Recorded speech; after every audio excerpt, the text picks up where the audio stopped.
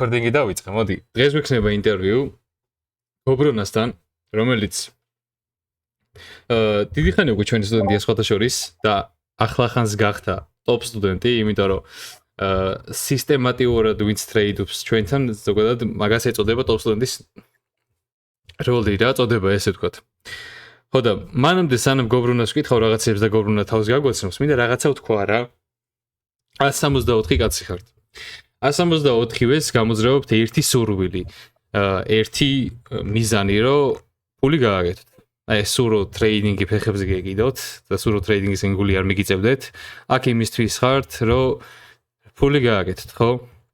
და ხედავთ ასევე შედეგებს ამოსავლებისას და რეალურ ფაქტებს და ალბათ ზოგს მოტივაციას გაძლევთ, რომ ესეც შედეგს დებენ რა. სხვადასხვა ახლახანს გავიგე.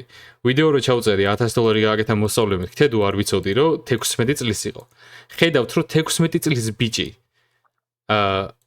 $1000 შეულობს. 16 წლის ასაკში მე $8000 დამენახა.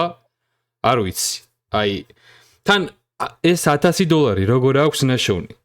ვიღაცა შეიძლება გახარებოდა კიდევაც, რომ აი კაზინოდან რო იშოვ $1000 რა, თუ გინ 16 წლის ასაკში. ბაზარი არა, მაგრამ ამ ადამიანს რა გააჩნია ეხა? 16 წლის ასაკში არა მარტო $1000 გააჩნია, არამედ გააჩნია ცხოვრებაში ისეთი უნარი, რითიც შეუძლია ეს კიდევ გაიმეოროს. კაზინოში ამას ვერ გაიმეორებ. შანსია რა, ნუ შეიძლება გაიმეორო ბაზარი არა, მაგრამ ეგ არ არის უნარი, ეგ არის შენი ცხოვრებული სკილი, ხო? ეგეთი რაღაცა არ არის. ნუ მით უმეტეს იმის დიდი ალბათობა არის ნულზე ჩამოხვიდე რა. ამ ადამიანმა სწავლით იმ ადამიანების გარშემო ყოფით, რავი, ჩვენ თავზე მაქვს საუბარი, ჩვენს გარშემო ყოფით, მონდომებით, შრომით, რომ 16 წლის ასაკში ამ დონეს მიაღწია, ხო? ეგ არის აი არანაირი ნიჭი მაგას არ ჭირდება. მაგას ჭირდება შრომა. და ამ ადამიანს აქვს ცხოვრებაში ისეთი უნარი შეძენილი, არა მარტო თედოზე რა თქმა უნდა, თედო უბრალოდ 16 წლის რო იყო, მაგით გავამახვილე ყურადღება, უბრალოდ მას აქვს უნარი, რომ ეს კიდევ გაიმეოროს. შემდეგ ეხა გობრუნას შემდეგ კიდე გვექნება ერთთან ინტერვიუ, რომელიც არის ვოლენა, მინდა რომ მაზეც თქვა რაღაცა. $7000 გააკეთა რავი, რამდენ ხანში, ვოლენა 20 დღეში გააკეთებდა მაქსიმუმ. $7000 გამოაქვს 20 დღეში. 12 დღეში. States 12 დღეში, რომ ადამიანს იმის საშუალება გაქვს, რომ აი ამ დონეზე მიხვიდე. თან გავარდნით არა, მას იგივე კიდევ ვიმეორებ, რომ უნარი აქვს, რომ ეს კიდევ გაიმეოროს. აი მეტი რა უნდა გინდოდეს ცხოვრებაში. თან ვოლენას დამეთანხმება ალბათ, რომ ჩვენს დახურულ ჯგუფებში და აქაც რა ველფიაში რომ მოხვედი, გარემოც ისეთი დაგხვდა, რომ ამის შენ რა აზრზე ცხარ და რა მოტივიც გაქვს, რომ ცხოვრებაში მიაღწიო, ზუსტად თუ არა, მსგავსად მაინც არის აქ ხალხი. ხო ეგრეა? აი ესეთი უნარი რო გაგაჩნია ადამიანს, აი ხა მოგუსმენთ გობრუნას, ვინც მოგვიყვება ზუსტად იმ გზაზე, რა გზაც გაიარა, რომ სისტემატიურობამდე მისულიყო და თავდაჯერებულობა ქონოდა მას ცხოვრებაში იმის, რომ შეუძლია აი ესეთი ამ უნარის გამოყენება და მატერიალური, რა ვიცი, reward-ის მიღება. მოდი ეხა გობრუნ ერთ კითხვას დაგისვევ თავიდან, გაგვაცანი შენი თავი და გითხარი ტრეიდინგი როდის დაიწყე, როგორ დაიწყე და რა გზა გაიარე თავიდან. და მე კითხებს როგორც ხალხი ვინც გვისმენს ისინი დაგვისმენ, ჯერ მე ჩავამთავრებ და მე. ისმენება? კიდევ ერთხელ მოგესალმებით ყველას. რაც შეეხება მე მქვია ლევანი, ახალხან შევასრულე 32 წელი, ესე რომ ვთქვათ. რაც შეეხება ტრეიდინგში, ასე თუ ისე ძალიან დიდი ხანია ვარ, ბევრს ეწოდინება ჯაბექსა და მაქედან მოყოლებული, სადღარ ვიყავი, ვისთან არ ვიყავი, რას არ ვუყურე, ნუ აქ ერთ-ერთმა ჯგუფშიც ახსენა FX-უკა, მასთანაც ვიყავი, ესე რომ ვთქვათ, ძალიან უაზრობებში მაქვს გადაყრილი თანხა, სადაც შედეგი იმ დღემდე სანამ აქ არ მოვიდოდი, შედეგი საერთოდ ნული მქონდა. და პლუს არასწორი, იმდენად ბევრი არასწორი ინფორმაცია მქონდა, არასწორი ხედვა მქონდა, რომ აი საერთოდ ესე რომ ვთქვათ აი როგორ შეიძლება თქვა მე არაფერი არ ვიცოდი რა მით უმეტეს ძალიან ბევრ ადამიანთან მქონდა შეხება და ასე თუ ისე მასწავლეს მაგრამ რეალურად აღმოჩნდა რომ აი საერთოდ არაფრის გარტყმაში არ ვიყავი ესე რომ ვთქვათ და პლუს ამ ყველაფერმა ჩამომიყალიბა ძალიან ძალიან ცუდი ჩვევები ძალიან აჰა. ცუდი დისციპლინა აი მართლა ძალიან ცუდი დისციპლინა რომელიც დღემდე უმუშაობდა ძალიან გამიჭირდა რომ ეს გადამილახა და აი დამეცვა სუდაც რომ აი მე ამას ესე ვიზამ და არ გადავუხოთ წავაგებ ტრეიდს всё დავანებებ თავს ძალიან ბევრჯერ დამიყენებია თუნდაც ახლა რომ თუ წავაგებ $250 ხო ანუ აღარ ვივაჭრებ მაგრამ ეგ ხელითაც გამითიშია მე ბოლომდე ისე მიმიყვანია რომ ის აკაუნთიც დამიკარგავს და ანუ მე მთელი ემოციების მოზღვავება და ახალი აკაუნთი აიღე, ისიც დაკარგე. ერთი და იგივე რაღაცაში ვტრიალებდი იქედან გამომდინარე, რომ აი დისციპლინის ესე ვთქვათ, არანაირი ის არ მქონდა. ესე რომ ვთქვათ და არანაირი ცოდნა არ მქონდა იმის რომ მარკეტზე რამე გამეკეთებინა ან რამე დამენახა. თუნდაც ერთ-ერთი რაღაც სწავლებიდან, ლექციიდან ესე რომ ვთქვათ, სანამ აქ მოვიდოდი, იქ რაღაცა უთავო FG და რაღაც სპლიტები და რაღაც სიცულელა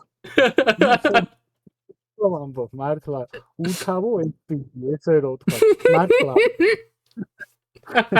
ეს ის იქნება მიხვდები ახლა თქვენ ამასთან. ანუ იმდენად არასწორი ინფორმაცია იყო ჩემამდე, რომ აი ძალიან ძალიან რთული პერიოდი გამომატარა. ძალიან გამიჭირდა რომ ანუ სწორად ანუ შემძლებოდა აღქმა მარკეტის და სწორი ნაბიჯების გადადგმა დამეწყო, იმიტომ რომ ეს ძველი ჩვევები, ეს გემბლერობა, უაზრო ტრეიდების გახსნა დღეში 50, 20 და რაღაც სისულელების კეთება, უკვე ეს ჩვევაში რო გიყალიბდება, აი ძალიან რთულია გადააგდო რა. აი სიგარეტის მოწევას უფრო გადააგდებ, ვიდრე აი ამ ჩვევას რა. და პირველ რიგში სხვა ვინცაც სურვილი ექნება რომ ზოგადად დაიწყოს ამ საქმის შესწავლა, რაც შეიძლება ყველანაირად უნდა გაფილტროს ის ადამიანები, ვისთანაც მიდის და აი იქეთ ყველაფერს არ უნდა მიედმოედოს ჩემსავით რა, იმიტომ რომ აუცილებლად აი თავი ამოუტრიალდება, ვერაფერს ვერ გაიგებს რა არის სწორი, რა არის არასწორი და მან უკვე ძალიან ესეთი პრობლემები შეექმნება დისციპლინასთან და ასე შემდეგ და ერთადერთი შედეგი მე რაც მივიღე, ანუ აქ შეიძლება ითქვას, რომ 1 წელია სადღაც ვარ, ხო?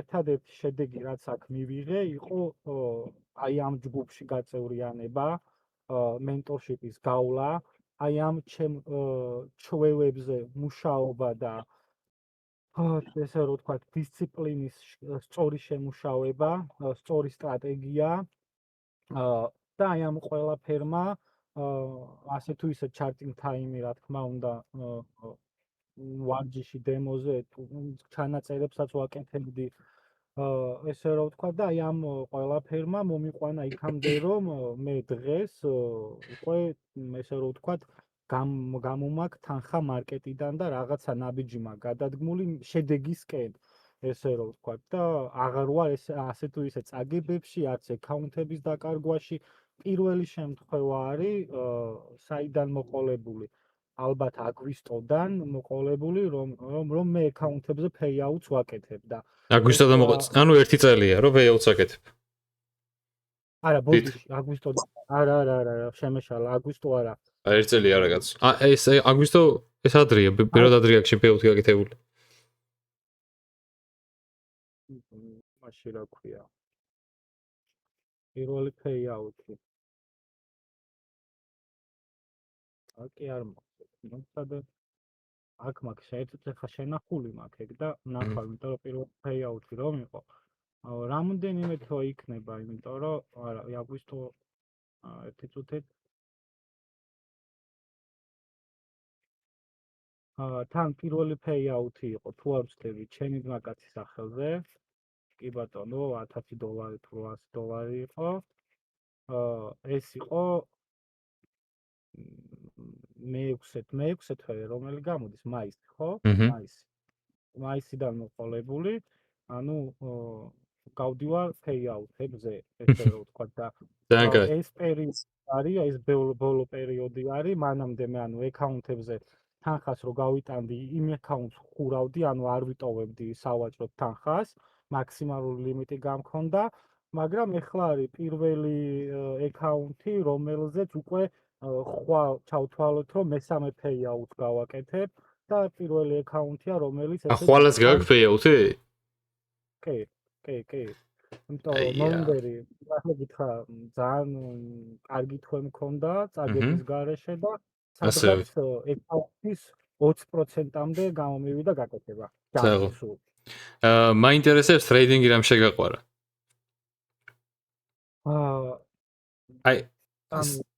მეთქვი. მოგადად ესე რომ ვთქვათ, ესეთი მიუწვდომელი და რთული სფეროები, ანუ ზოგადად რთული საკითხები მიზიდავს. მეც ასე. და ყოველთვის განცდა რომ სხვამ თუ გააკეთა, მე ამასაც მეც გავაკეთებ ამას რა.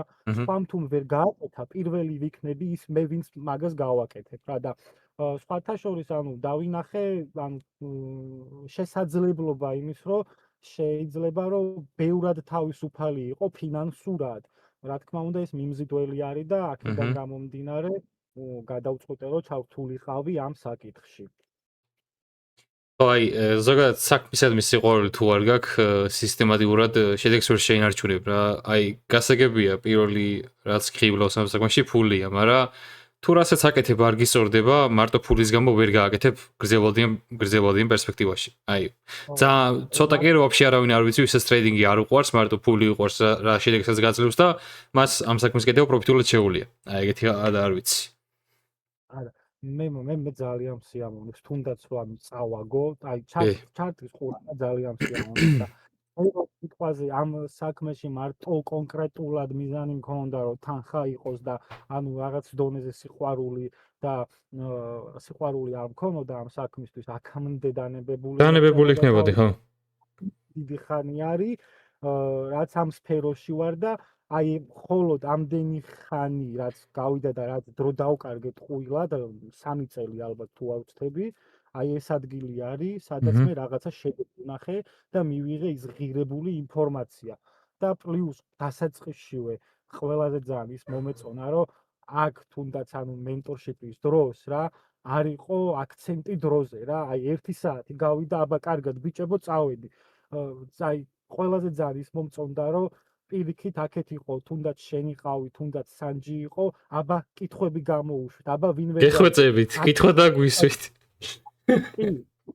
ყოფილა და საათზე მეტიც გაგრძელებულა და ეგ უფრო მსიამოვნებდა რომ დავინახე ადამიანებისგან რომლებიც აი ორიენტირებულები არიყვნენ რომ აი ვიღაცისგან თანხა აეღო და რაღაცა კონკრეტული მასალა ესწავლებინა და აბა ბიჭებო გაკოცეთ აბა თქვენ ვიცით აბა რა სიზამთ უკვე ეგ თქვენზე არის და რაღაც მე ძალიან მომწონდა ეს და ძალიან დიდ გულს ვდებთ ზოგადად აი ვინც აქ არის ესე რომ ვთქვათ რომ რაღაც ყურადღება მიაქციოთ და ის თქვენი ცოდნა გაუზიარო და რაღაც წარმატების გზისკენ დააყენოთ რაც მე გამოვიარე და გავდივარ კიდევაც და აი ძალიან კმაყოფილი ვარ ესე რომ ყველაზე რთული რა იყო შენ აი მგზაზე რო გადაგელახა რა აი გარდა ცუდი წარსულში გამოცდილებისა რა აი რთული რა იყო აი ფსიქოლოგიურად იყო რამე რთული ტექნიკურად რამე გაგიჭირდა თუ რისკს არ იცავდი რამე მსგავსი ფსიქოლოგიური იყო ყველაზე ძალიან იმიტომ რომ ზოგადად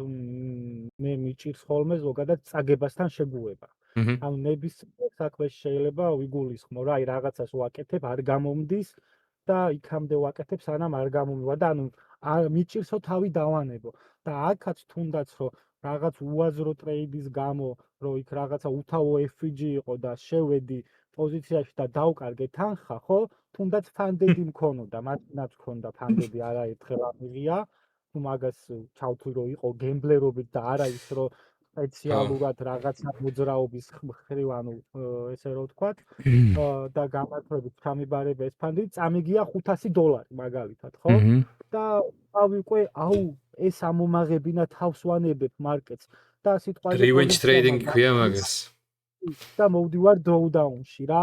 აი break even-ზე ამიყვანე, სადაც შევედი, აი -200-ზე ამიყვანე და გამოვალ. აი ეს იყო ჩემთვის აი ყველაზე ხელისშემშლელი და რთული გადასალახი და ზოგადად ნელ-ნელა რაც გავიდა და ვუკვირდები ხოლმე ანუ ჩემ შეცდომებს, ჩემ გავილ გზას, ასე თუ ისე მაინც ადამიანებს მოუწევს ამის გავლა, იმიტომ რომ კი. ნუ მაინც ფულზე არის საკითხი და არავის არ უნდა რომ აი წააგოს, ყოველთვის უნდა რომ მოიგოს, მაგრამ აქ საკითხი იმაზე არის რომ აი აგებას უნდა ემეგობრო რა და დაჯერდე რა ესე რომ ეგ უნდა გითხო ეხა კაია რომ მაგაზე გამოვხილო ყურადღება აი შეცდომის დაშვების უფლება შენ თავს რამდენად უნდა მიცე და რამდენად მნიშვნელოვანია რომ შეცდომის არ გეშინოდეს და მაქინას სწავლობდე აინა შეცდომა აუცილებელი არის ჩემი აზრით რა აი შეცდომა უნდა დაუშვა თუნდაც რომ ხედავდე რომ არასწორი პოზიცია გახსენი და მოდიხარ მინუსში და ყველა ვარიანტი უკვე ხვდები ესე ვთქვათ რომ ეს მინუსი დაგეხურება უნდა აცადო დახურვა და უნდა ჩაინიშნო ომ რა და გაანალიზო აი აქ ყველანაირად უნდა მისცე შენ თავს უფლება რომ წააგო და შეცდომა დაუშვა ის შეცდომა თუ არ დაუშვა ხო ანუ წინ სულას ან შემდეგ ნაბიჯს წინ ვერ გადადგამ და ერთ-ერთი ის არის რა ქვია ნაწილი ამ საკითხის არ უნდა შეგეშინდეს არც ტრეიდის გახსნის და არც შეცდომის დაშვების არავითარ შემთხვევაში ერთი კითხვა კიდე რა პირველი payout-ით რა გააკეთე აი მოდი ერთამ რაღაც ვიტყვი და მე ვიპასე აი მაგალითად მე ვიყავი ხოლმე ესე რა როცა რაღაცას ვიშოვიდი თავიდან მით უმეტეს თავიდან რაღაც რო გავაკეთებდი აი ჩემ თავს რაღაცას ჯუქნიდი ხოლმე რა ან კაი რაღაც ადგილას მივდიოდი თან რაღაცა შეიძლება მარტოც კიდეც რა კაი ადგილას მივდიოდი ჩემსას ვისწორებდი რაღაცას ყიდულობდი ან ჯამდიან რამე რა აი ეგეთ რაღაც თუ ვაკეთებ ხოლმე და პირველი payout-ით რა იყიდა ეგეც გითხარი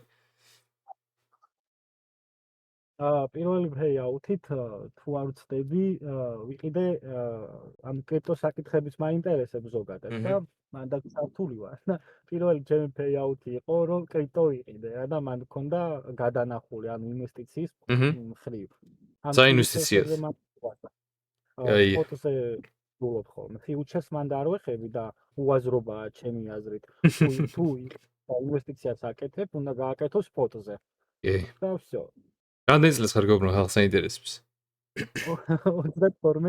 32 წლის არის კაია ხალხი რომ ელაპარაკება ხოლმე სწავლა რომ უნდა 32 წელს რომ მეუნებიან ბებერი ვარ რომ მეუნებიან აგერ კაცი 32 წლის არის არასდროს არ არის გვიანი და არც იბერი არ არის ეს ადრე მეც მეგონა რომ ბებერი იყავი ან რაღაც ეგრე რა სხვები რო იყო მაგრამ ყოფილა ეგრე კაი რამდენად მნიშვნელოვანია სისტემატიურობა ტრეიდინგში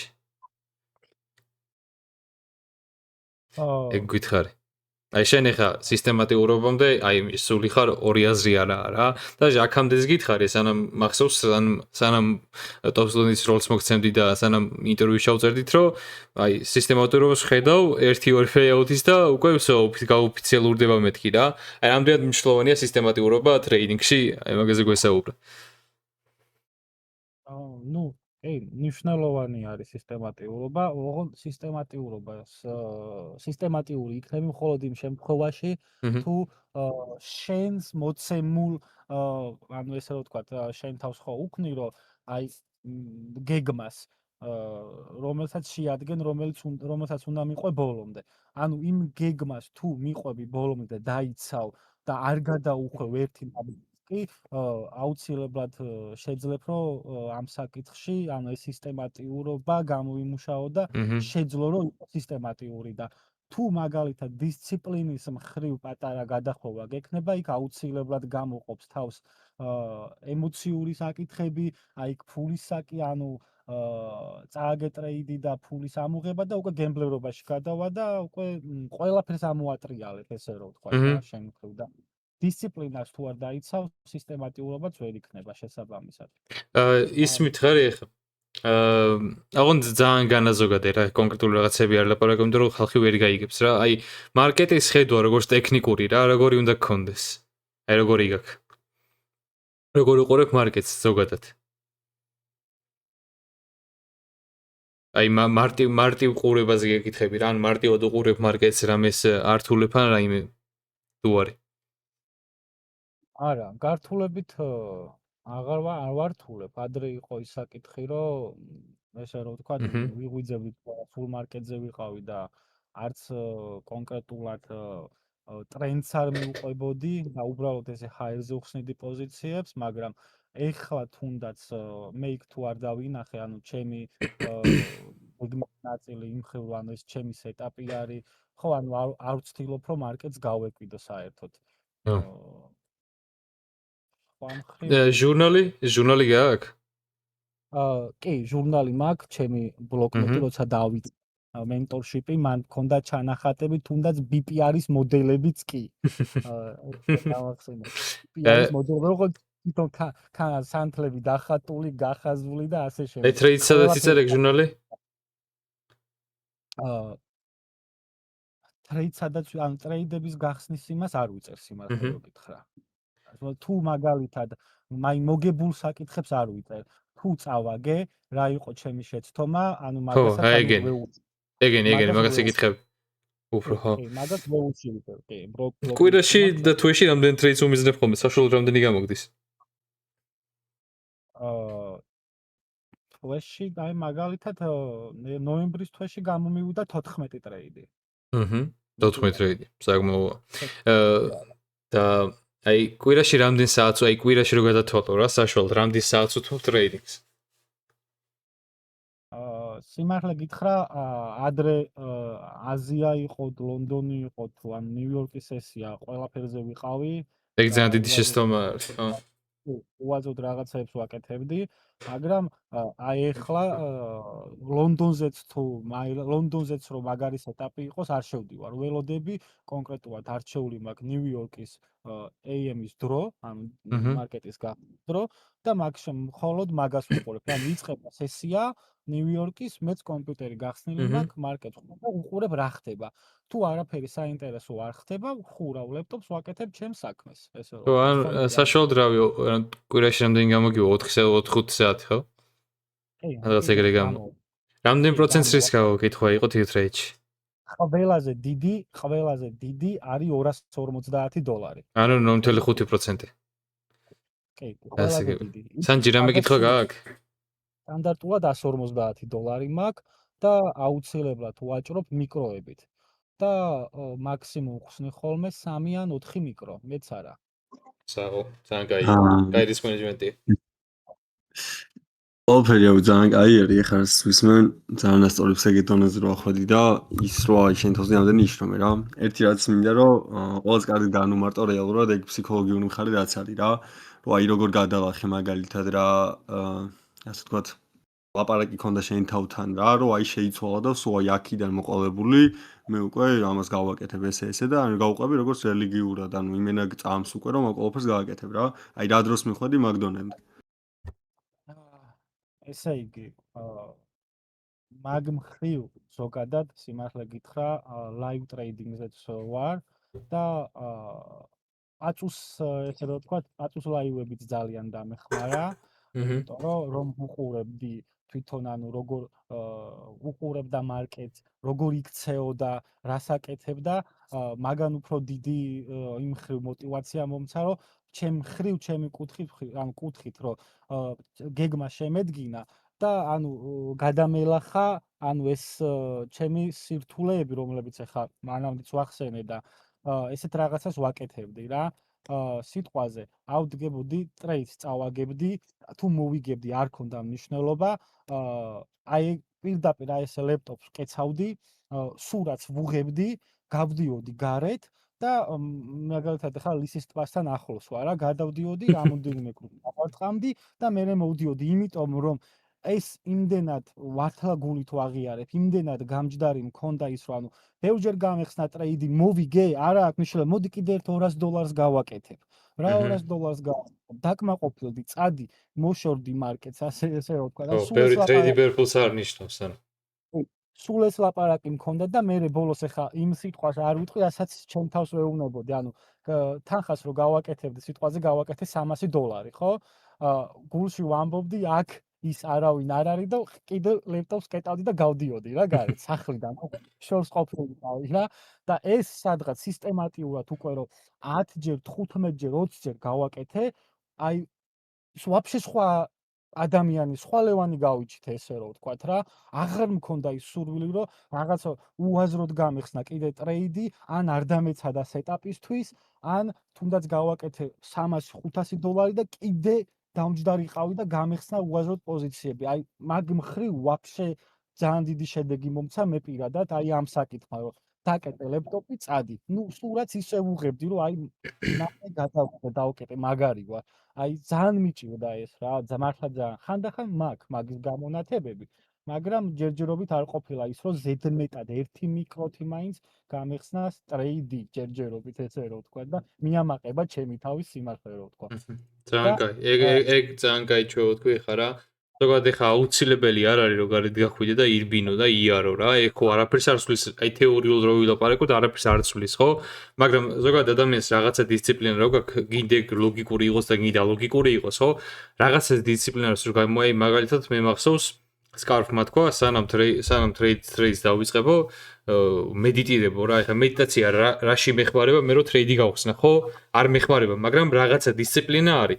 როცა შენ თავს რაღაცა დისციპლინას უდგენ და ამბობ რომ აი ამას გააკეთებ და თუ ამას გააკეთებ, მე ასეთ უკეთეს შედეგს მივიღებ, ხო?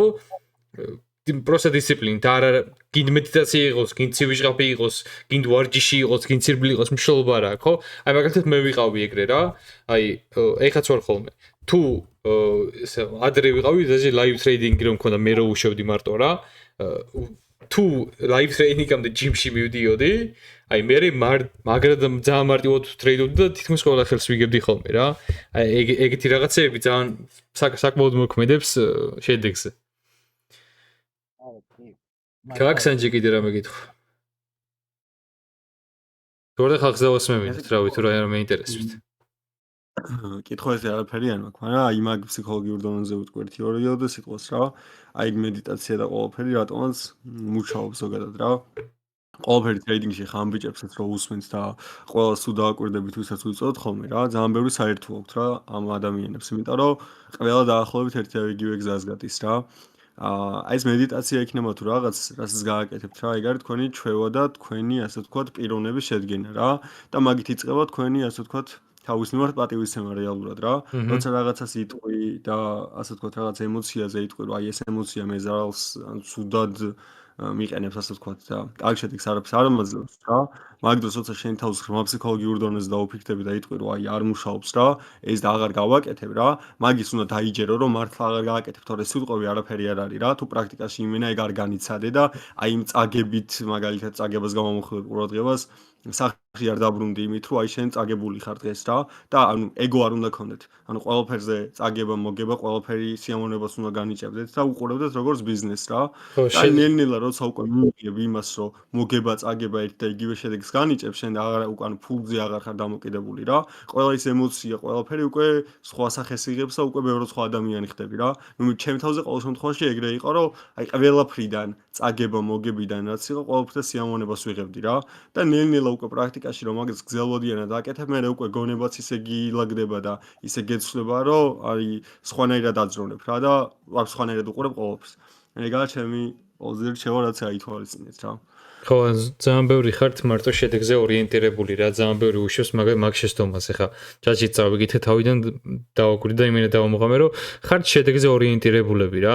აქ რო ვიღაცა შედეგზე ორიენტირებული ყოფილიყო და ეხ მოსწავლეებზე ინტერვიუ ვისაც გვაქვს და კიდე წარმატებულები რამდენი ვიყავს, ხო? აი, ყველა შედეგზე ორიენტირებული ყოფილიყო. დამიჯერეთ.